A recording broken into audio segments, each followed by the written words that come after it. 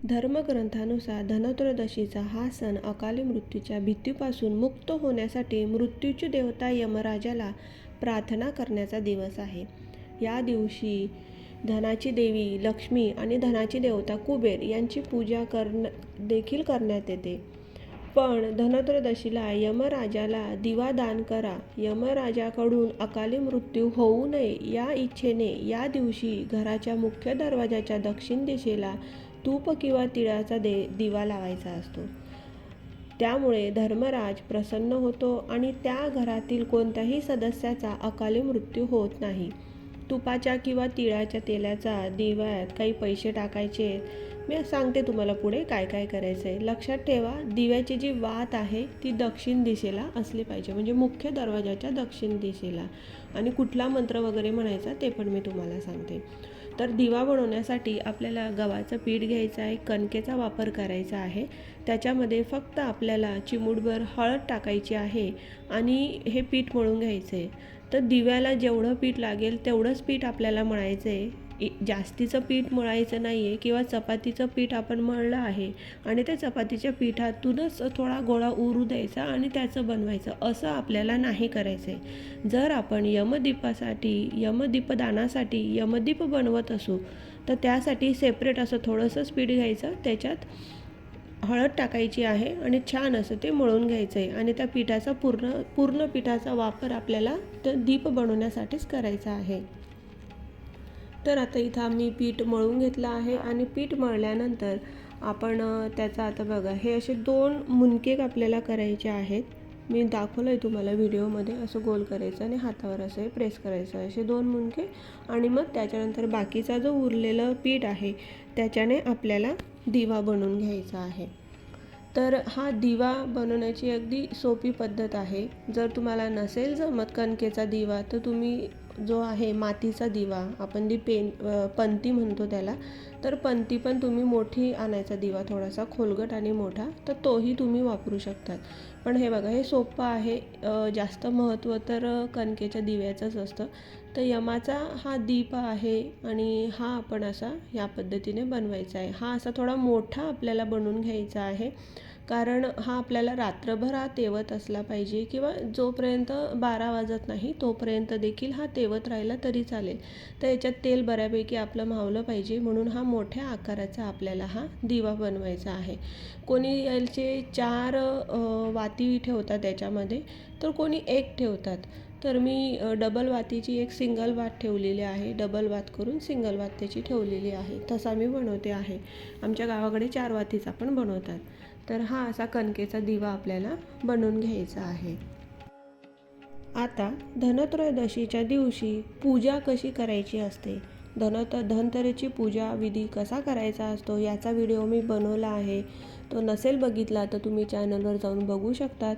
त्यानंतर धनत्रयोदशीच्या दिवशी काय काय सामान आपल्याला बाहेरून विकत आणायचं असतं, त्या दिवशी आपण काय खरेदी करायची असते याचा देखील मी व्हिडिओ अपलोड केला आहे.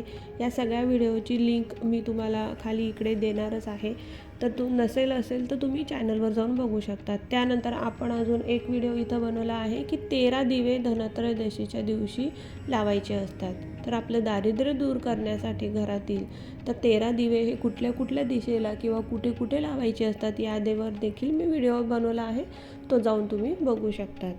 तर आता आपण इथं हा यमाचा दिवा आपला बनवून झालेला आहे. बनवल्यानंतर आपल्याला याला हळद, कुंकू, अक्षदा लावायची आहे. दिवा पेटवायचा आहे आपला. हा एक डिश घ्यायची, त्याच्यामध्ये तुम्ही थोडेसे फुलं टाका.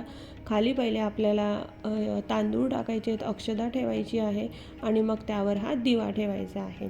तो दिवा ठेवल्यानंतर त्याला हळद, कुंकू, अक्षदा या लावायचे आहेत. ते 2 जे मुनके आहेत त्यांना देखील आपल्याला हळद, कुंकू, अक्षदा या वाहायच्या आहेत. नंतर तुम्ही फुलं अर्पण करू शकतात आणि मग याला नमस्कार करायचा आहे. आता यमदीपदान करताना या गोष्टी आपल्याला लक्षात ठेवायच्या आहे. दक्षिण दिशा ही यमाची दिशा मानली जाते. या दिशेकडून घातक लहरी प्रवाहित होत असतात, त्यामुळे त्याचा आरोग्यावर दुष्परिणाम टाळावा याकरता कणकेचा दिवा दक्षिण दिशेला लावला जातो. आपल्या गेटच्या बाहेर, मुख्य दरवाजाच्या बाहेर दक्षिण दिशेला हा दिवा आपल्याला, त्याचं तोंड हे दक्षिण दिशेला असलं पाहिजे, अशा पद्धतीने आपल्याला हा लावायचा आहे। या दिवामध्ये आपण तिळाचं तेल प्रामुख्याने वापरलं जातं। तुमच्याकडे असेल तर तुम्ही टाका, नसेल तर जे तेल असेल तुम्ही ते टाकू शकतात। हा दिवस सर्वात आधी घरातील देवांसमोर लावून त्यानंतर हा दिवा घराबाहेर अंगणात किंवा तुळशीबाहेर लावायचा। दिव्याची वात ही दक्षिणमुखी असेल याची आपण दक्षता घ्यायची। लक्षात ठेवा, संध्याकाळी सूर्यास्ताच्या नंतरच हा दिवा आपल्याला लावायचा आहे। प्राचीन पुराणातील एका कथेनुसार हेम नामक अकाली मृत्यू झाल्यावर त्यांनी कठोर तपश्चर्या करून यमाकडून वरदान मागितले होते।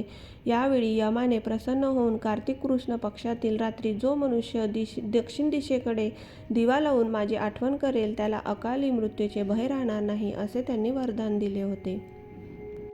आता हा दिवा लावल्यानंतर आपल्याला त्याच्यामध्ये एक लवंग टाकायची आहे।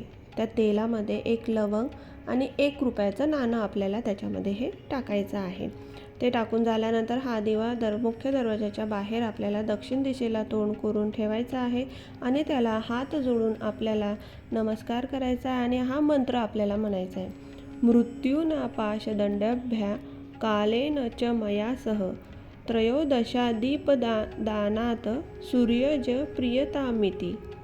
हा मंत्र आपल्याला म्हणायचा आहे। घरातील सगळ्यांनी त्याचा नमस्कार करायचा आहे आणि हा दिवा आपण बाहेर हा दक्षिण दिशेला तोंड करून हा ठेवायचा आहे। नंतर हा रात्रभर तिकडेच राहू द्यायचा आहे। दुसऱ्या दिवशी सकाळी आपण याला उचलायचं आहे। याला आपण वाहत्या पाण्यामध्ये विसर्जित करून द्यायचं आहे की त्याला गाईला वगैरे पण नका खाऊ घालू, त्याला वाहत्या पाण्यामध्ये आपल्याला विसर्जित करून द्यायचं आहे।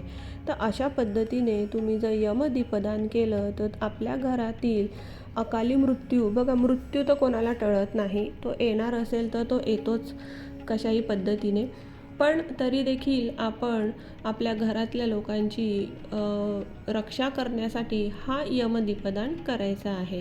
तर हे यमदीपदान अकाली मृत्यू, कोणाचा ॲक्सिडेंट वगैरे अचानक होतो, अचानक व्यक्ती आपल्याला सोडून जातात, तर ते तसं होऊ नये म्हणून हा यमदीपदान आपल्याला करायचं असतं। यमाला आपल्याला खुश करायचं असतं। जर तो आपल्या घरी आल्यावर, जेव्हा यम येतात दिवाळीच्या दिवशी, तर ते आल्यानंतर धनत्रयोदशीच्या दिवशी, तर ते आल्यानंतर ते जेव्हा बघतात की अरे माझ्यासाठी दिवा लावला आहे, की माझी आठवण काढली ह्या लोकांनी, दक्षिण दिशेला तोंड करून दिवा लावला आहे, तर तो यम प्रसन्न होतो, आनंदी होतो आणि आल्या पावलांनी माघारी हा चालला जातो। तर ह्या पद्धतीने आपण धनतेरसच्या दिवशी यमदीपदान हे करू शकतो। हे मी तुम्हाला इथं सांगितलं आहे। तुम्हाला हा माझा व्हिडिओ कसा वाटला ते मला कमेंट बॉक्समध्ये नक्की सांगा।